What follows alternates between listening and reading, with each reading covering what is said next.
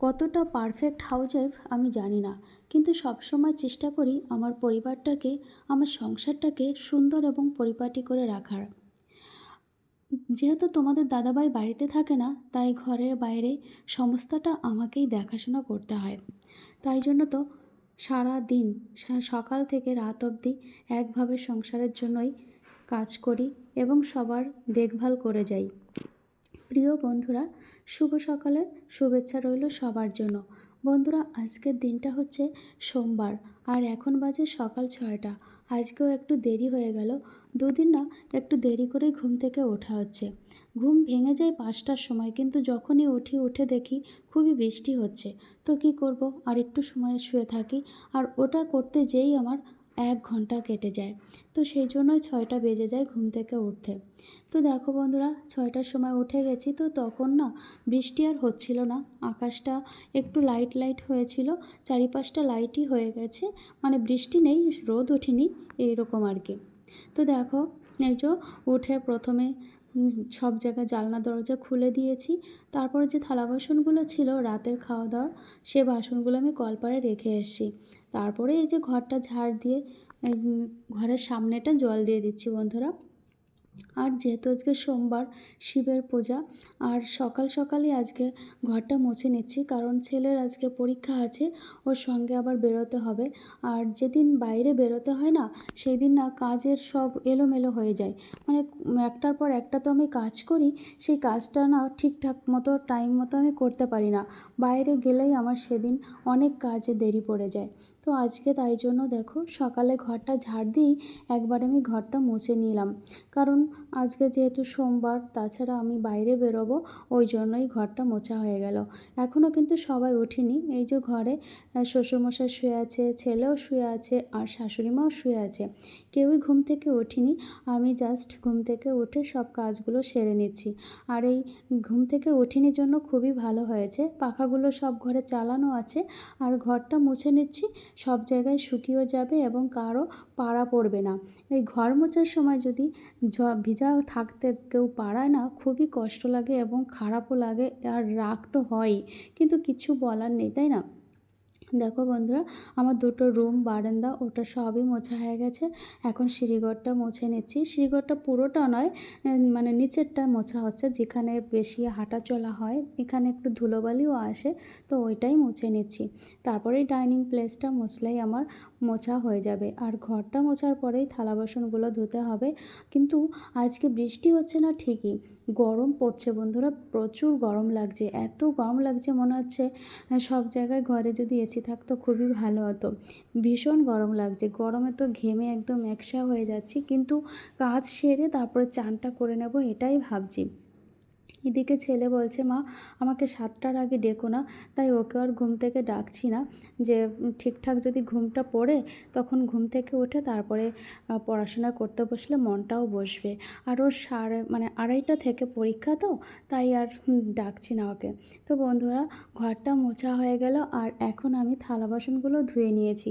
তো থালা বাসন ধুয়ে এই যে ব্রাশটা করে নেব, তারপরেই ছেলের কাছে যেতে হবে। তো ব্রাশ করে ভাবলাম একবারে একটু গাটা ধুয়ে নিই, তাই মানে ঘেমে গেছি না এত, চানটা আর করিনি, গাটা ধুয়ে নিয়েছি। তারপরে এই যে একটু ফ্রেশ হচ্ছি। তো সকালে না চান করার পরে মুখে ফ্রেশ ওয়াশ দিয়ে মুখটা ধোয়ার পরে একটু মানে সানস্ক্রিন লাগাই আমি। তো সানস্ক্রিন লাগানোর আগে একটা টোনার লাগিয়ে নিই, যাতে ক্রিমটা সরাসরি আমার স্কিনে ঢুকে না যায়। তো এটা না আমি আগে সত্যি আমি জানতাম না যে কোন ক্রিমটা কখন কোন সময় লাগাতে হবে।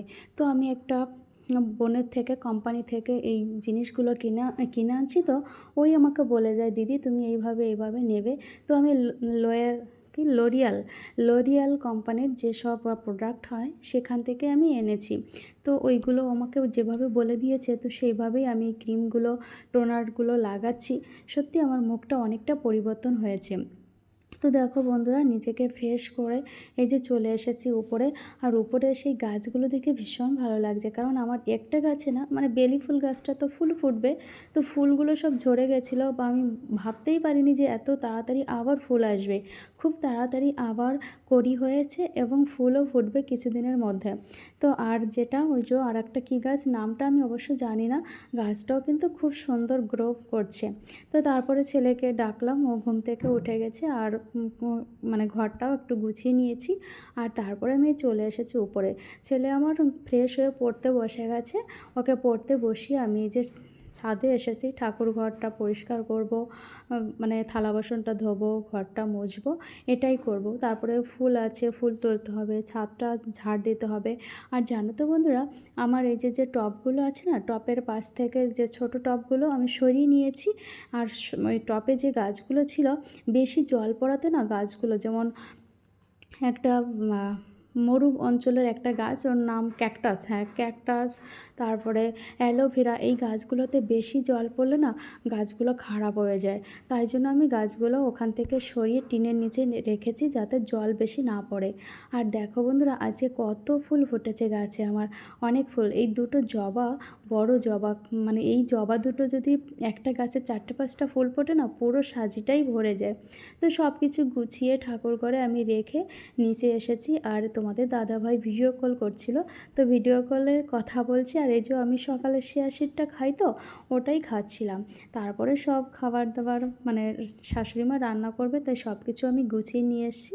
তো আমি গুছিয়ে দিই, কেটে কুটে সব গুছিয়ে দিই, শাশুড়ি মা রান্না করেন। আর সেই সময় আমি ছেলের কাছে একটু বসি। ছেলের প্রতিদিন সকালে টিউশন থাকে না, কিন্তু আবার যেদিন থাকে সেদিন আর ওর পাশে বসতে হয় না। কিন্তু আজকে এখন যেহেতু পরীক্ষা চলছে, তাই ওর পাশে একটু বসে টাইম পেলাম। তো তারপরে সকালে যা যা রান্না হয়েছে সবগুলো খাওয়া দাওয়া করে সবাইকে খাওয়া দাইয়ে আমি থালা বাসন ধোয়া, ঘরটা ঝাড় দেওয়া, ঘর তো আর মুছতে হচ্ছে না এখন, তাই ঘরটা ঝাড় দিয়ে সব গুছিয়ে তারপরে চানটা করে নিলাম। চান করে যে জামা কাপড় সব নেড়ে পুজোটাও আমার দেওয়া হয়ে গেছে বন্ধুরা।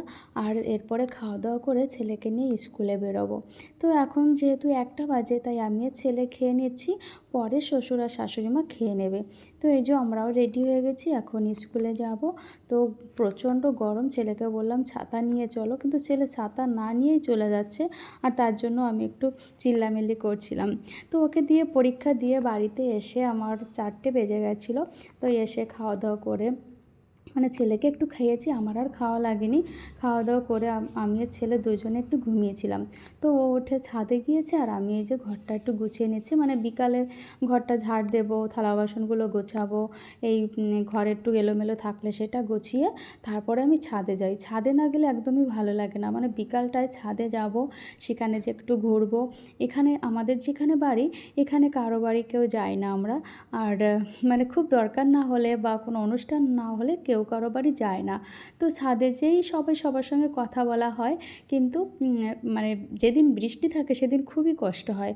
আর সারাদিন ঘরের মধ্যে থাকাটা না ভালোই লাগে না। তাই বিকাল হলে মানে সব কাজ সেরে, নিচের সব কাজকর্ম সেরে তবেই আমি ছাদে যাই। তো এই যে ছাদে এসেছি, আর দেখো বন্ধুরা, আমার টবের গাছগুলো কত সুন্দর হয়েছে। লাউ গাছ, কমলি গাছ, উচ্ছে গাছ, এই যে অনেক রকমের মানে সবজির গাছ কতগুলো আমি জানিও না। পুঁই শাক গাছ, বাঙি গাছ, মানে সব আমার শাশুড়ি মা লাগিয়েছে। আর প্রতিদিন এত বৃষ্টি হচ্ছে, বৃষ্টিতে গাছগুলো কিন্তু সেই সুন্দর হয়েছে। আমার ফুল গাছগুলো দেখেছো কতটা ঝাঁকড়ানো হয়েছে। আর আজকে না বৃষ্টি হয়নি বন্ধুরা, তাই জামা কাপড়গুলো সব রোদে ছিল আর সুন্দর শুকিয়েও গেছে। এই যে বিকালে খুব সুন্দর হাওয়াও দিচ্ছে, মানে এই ছাদে এসে আলাদা রকম একটা শান্তি খুঁজে পেয়েছি।